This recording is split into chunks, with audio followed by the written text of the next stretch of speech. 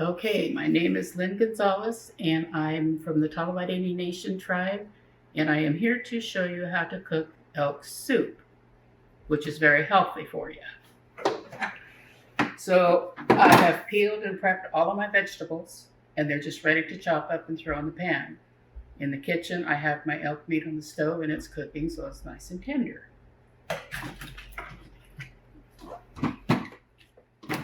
So I have no pattern as to how I cut. I just cut.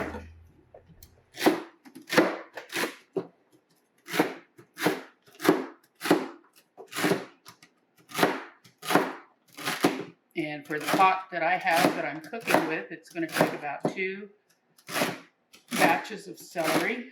It will take 2 pounds of carrots, 5 pounds of potatoes, 4 large onions, and 2 butternut squashes, small ones, and garlic.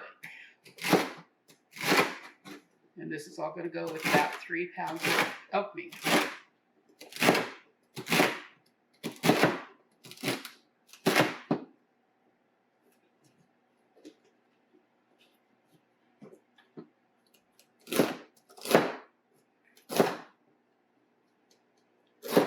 And the reason that I prep all of my veggies first is because then you can just throw away all of the peelings and everything and not have very much cleanup when you're done.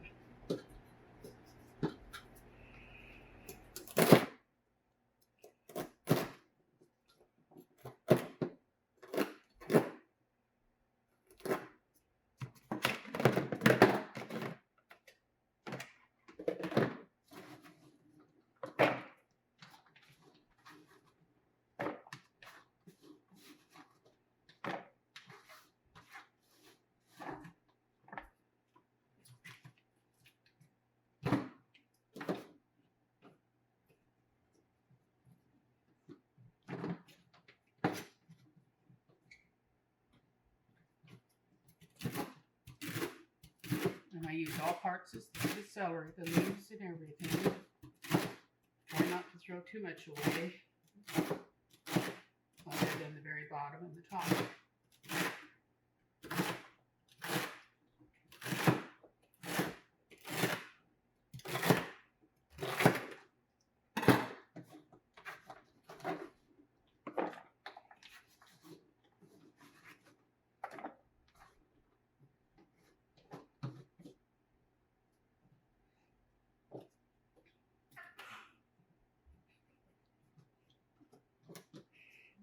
Sneeze in the background there.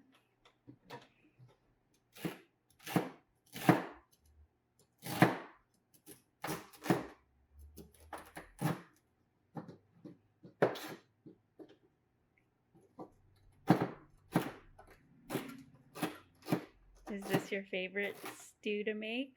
Soup? Yes, because it can feed a lot of people. It is a good potluck dish. It is also good for a good fundraiser dish because you can make large amount of it, and it sells pretty well.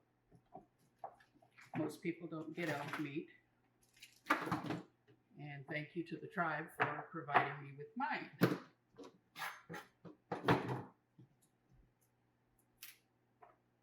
Yes, that was very generous. Thank you.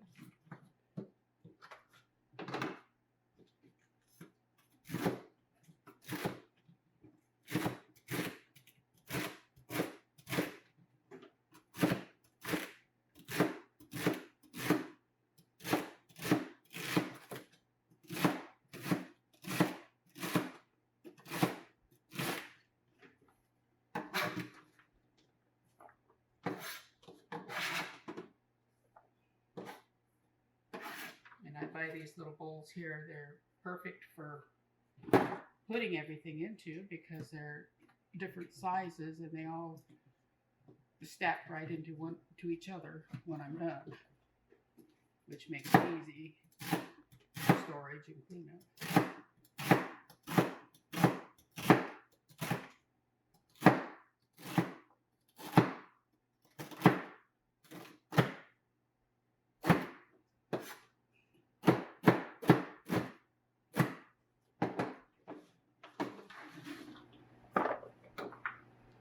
So, who taught you how to cook? I had to learn how to cook at the age of 16, when my mother had a brain tumor, and when they operated on her, she had no sense of smell or taste and was blind in one eye and partially in the other one, so she couldn't see measurements.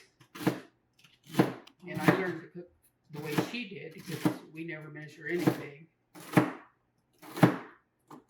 That's why I go by pounds and things like that, because for me it's just easy. And my suggestion to anybody out there, if you like your mama's cooking, find out how she cooks it, have her show you. And then you cook it and perfect it the way you really like it.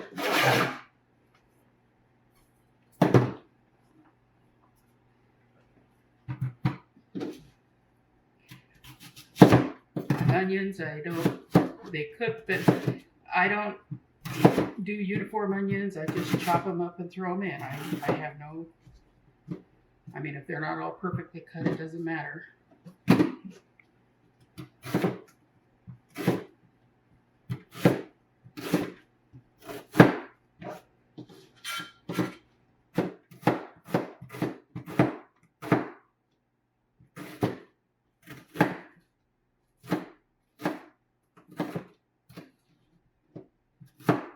And of course, you can use any kind of vegetables you want, whatever it is that you like to cook. You can throw into any kind of a soup.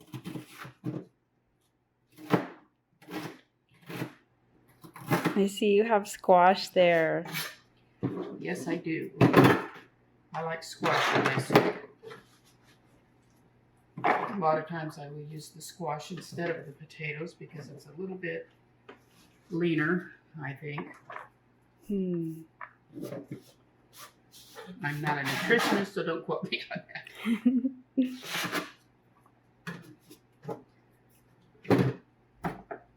And then with my carrots, since I'm using baby carrots, normally I use the whole carrots and I put peeling and all in because that's where the vitamins are.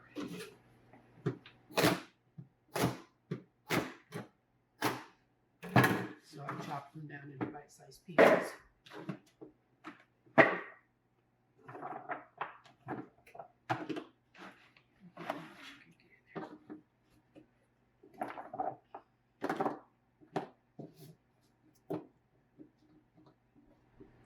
I have been cooking since the age of 16. I will be 65 this year.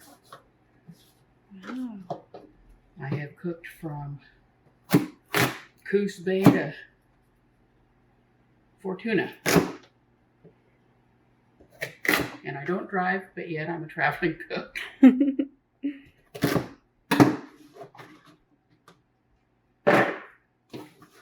I've cooked for groups up to about 500 people,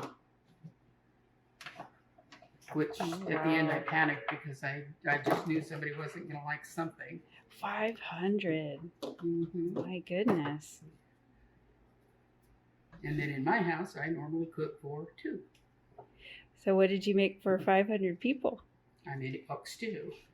Ooh. And they were in pans so big that I had to find somebody taller than me to stand on a stool to stir it. Oh, wow. Because it was so tall, that pot that I did. And that was a lot of stew. I bet. We had one man standing there at the corner. He just kept taking them off the table and eating them, and then emptying the empty, and then eating another one. With the stew? The meat? Yep. Oh, Because we no. would portion them out so that the youth could deliver them to the elders at the tables. But he was just standing there with the whole mouthful. He didn't care. Oh, no. But he ate it. Okay, now we can get down to the butternut squash. So what I did with this is it came this way. I slice off the bottom and I slice off the top. Okay. And then I stand them up and take my knife on the outside and peel them. Okay. And then you just hollow out the inside like you do a pumpkin.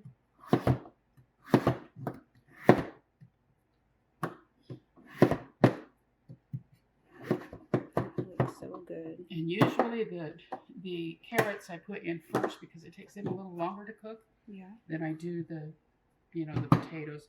Potatoes usually go in last because I don't like my fruit or soup mushy. I like to have a little bit of crunch to it sometimes. Do you add the celery in at the very end, or? Well, yeah, it's kind of like half cooked, maybe Yeah. like Chinese food. Still got some texture in there.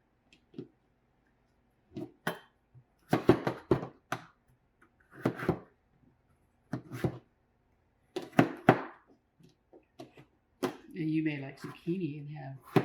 I don't like zucchinis in soup because it cooks down too much. Mm-hmm. So my preference is always a harder squash.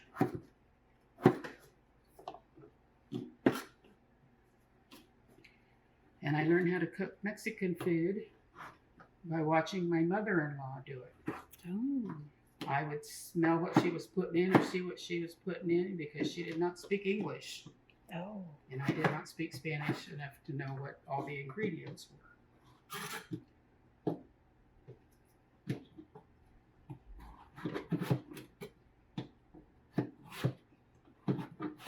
She must have known what she was doing because when she passed, she was 103 months old. So she was a pretty healthy woman right up until her last days.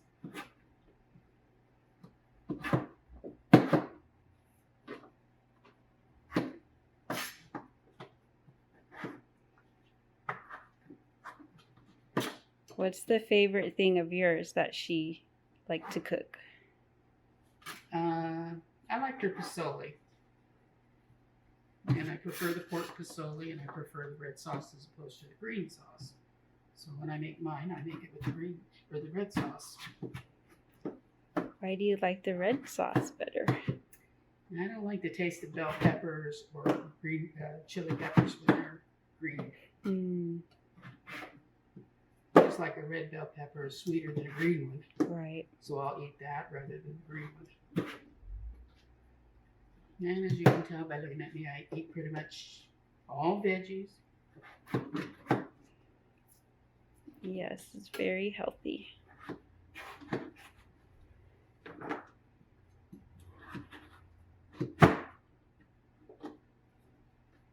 Of course, in the Mexican food that I cook, I have taken out a lot of the fat content to that by not adding a lot of heavy oils, or lard, and things like that.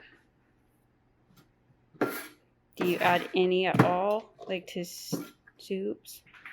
Do I have what? Do you add any oils at all? I add, if I have to use any kind of oil, it'll be just plain old cooking oil. But I usually just put it in a pan and do it in its own natural juices. I'm not big on spices. I use 3: salt, pepper, and garlic, and that's about it.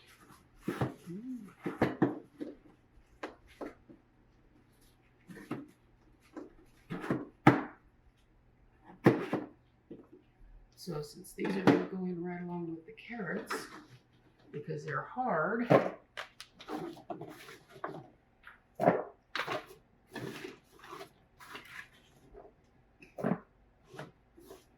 and if I was doing this for a sale or something like that, each and every one of the ingredients would be cut on a separate board. Okay. But since I am just doing this for the home environment,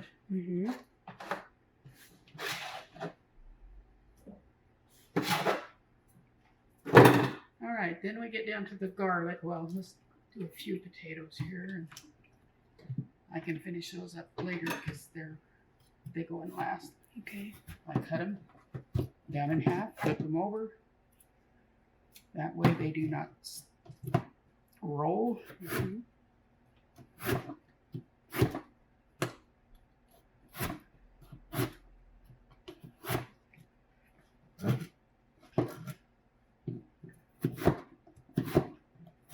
they just get cubed up. Do you always like to peel your potatoes? Yes. I don't like the skin of the potatoes either. The way I cook is how I would like things. If there's something that I don't particularly care for the taste of, I will not put it in my soup.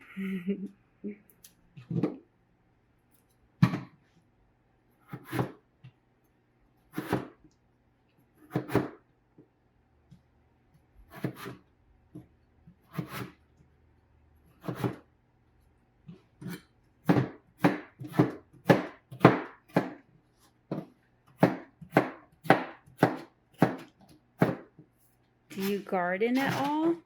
Nope. Don't do any of that. I do have my own set of knives that I pack with me all the time because you never can tell whether or not anybody else's is sharp enough. That's a good idea. Okay, we have this little cheese grater here. I buy elephant garlic. It's not as strong. Yeah. But they're easier to work with, and I just put them through the grater.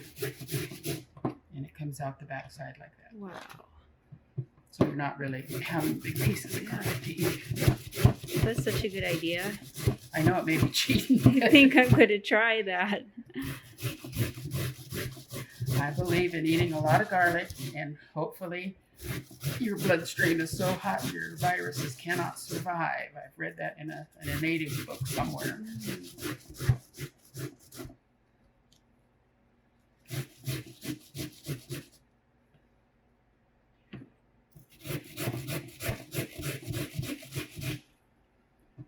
And just grate it all the way down.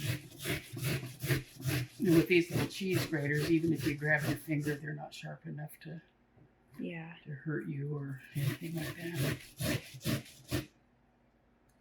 Who taught you the garlic trick, or did you figure it out, on your own? I started doing a lot of cooking and happened to clean all this garlic for this big, large pans that I cook in. It was just a time saver for me.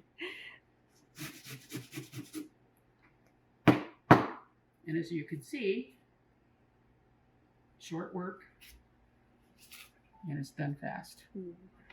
Great. Man, those cloves are so big. And they're easy to work with. I have sit and cooked or chopped up garlic enough to make 2 gallons of salsa at one time, and it got old. So we just do it this way. And then if you have these little pieces like that, you could just either toss them or mince them down. So you like the bigger cloves because it's easier to... It's easier and it's less mild. You don't get you get the garlic flavor, but it's not like overpowering.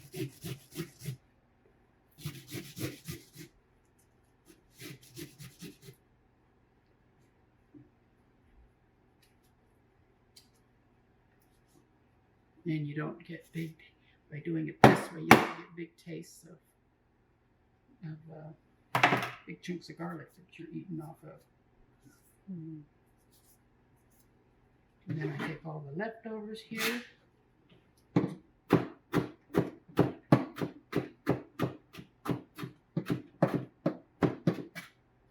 then just chop that all up real small.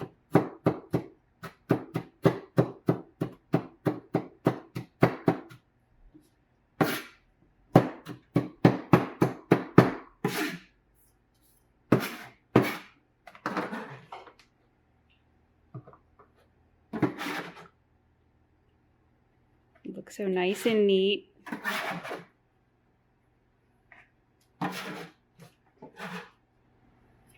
Now that it's all been prepped and chopped, I will finish cutting the potatoes because they'll go in last. Okay. And I will dump all of this into a pot and cook that in. Sometimes I'll put beef broth in there just so the veggies have a little bit. But because the elk is so gamey, you're not going to taste the beef. Um,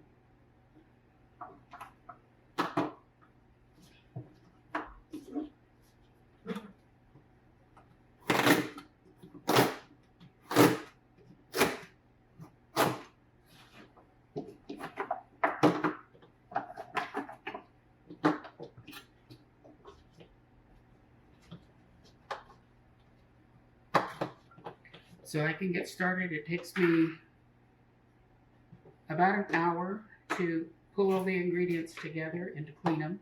mhm. And it takes me about another hour to, or less, to chop them up. And then I can take a break and go to lunch and come back and my soup is done. It smells good already. Because once this gets in the pot, this part here should take less than 30 minutes to cook. Mm. But I do have a trick to make it taste like it's been cooked all day long. Mm. Are you willing to share your secret? Sure. I use kitchen bouquet. It's just a little liquid that puts color into your soup, and it makes it look really dark and rich. Oh, okay. I did vegetable soup for a council meeting one time, and I was a little offended because one of the council members asked me, where did I get so much Campbell's soup? And I said, that's not Campbell's soup, that's homemade. And she goes, everything's cut so small. And I says, that's how I cut. But she thought it was Campbell's vegetable beef soup. Oh, no. I said, no, it's not. No. I says, I do not give tribal council canned food, ever. Yeah.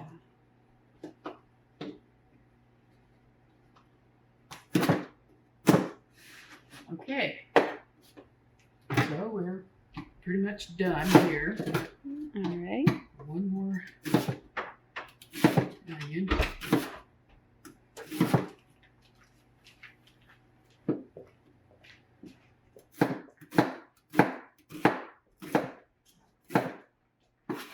And this is all going to go and cook for about, like I said, between 15 to 20 or 30 minutes. Okay.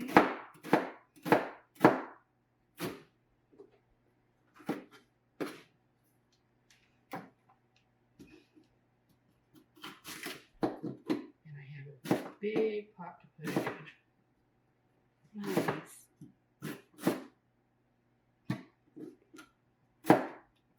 Anything bigger, I won't be able to lift it off the stove.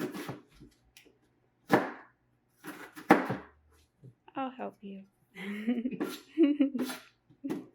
Well, when I'm cooking for council or something like that, yeah. they're so big that I have to find somebody to get it out on the table.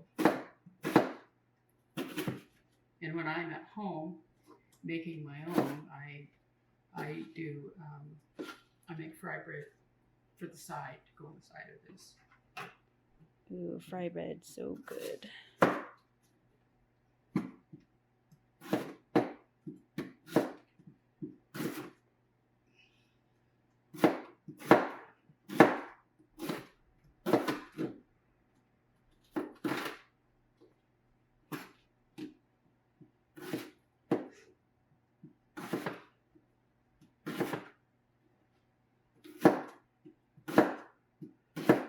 And you have to taste your food for salt, because you can always add salt, but you can't take it out if you get too much in there.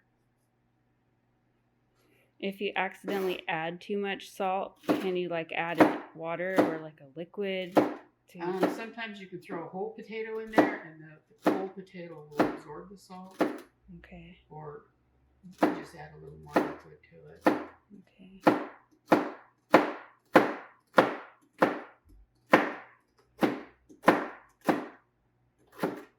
Okay, I will go get my pot and show you how big that is. All right.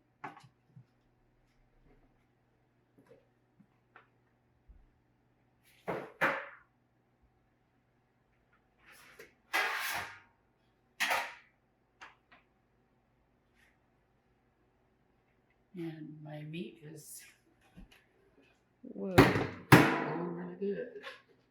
Wow. So just take all of that goodness. And throw that little elephant in there. Wow.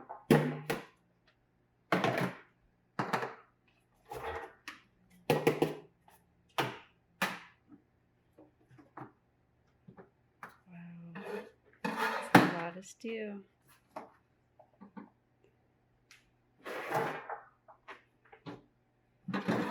And so far, there's nothing in here that's too over-fattening. Did you bring your own? You said that was your own pot? Yes. Wow. I have different sizes. I have littler ones. Huge. I have taller ones. Wow. So we've got that all done. So I'm going to get this going and finish cutting the potatoes. Okay. And then I will see you in a few. All right. Thank you. So that is going to start our equipment. All right.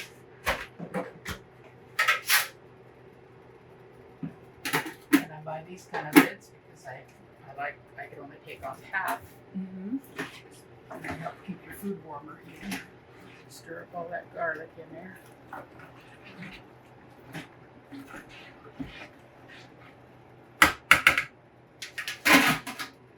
And the elk meat is ready. Ooh. And by this time, when I go to put this in here, I will scrape all of this stuff down because that's all elk juice. It's bubbled up. How long was the elk meat cooking for? It cooks for about an hour. Okay. So if you're all prepped and ready to go, thankfully the boys cut my elk for me so I didn't have to do that. Yeah. But it doesn't take very long to cook at all. I can start at 5 a.m. and be ready by noon, so I know I can get a lunch on. Nice. If I have all my ingredients. So that's cooking a little longer. And that's it till it's done. Here's the finished product of that elk soup I was putting together. And no matter what kind of cooking you do, always have the love in it. Will come out. This is me saying goodbye. Looks so good.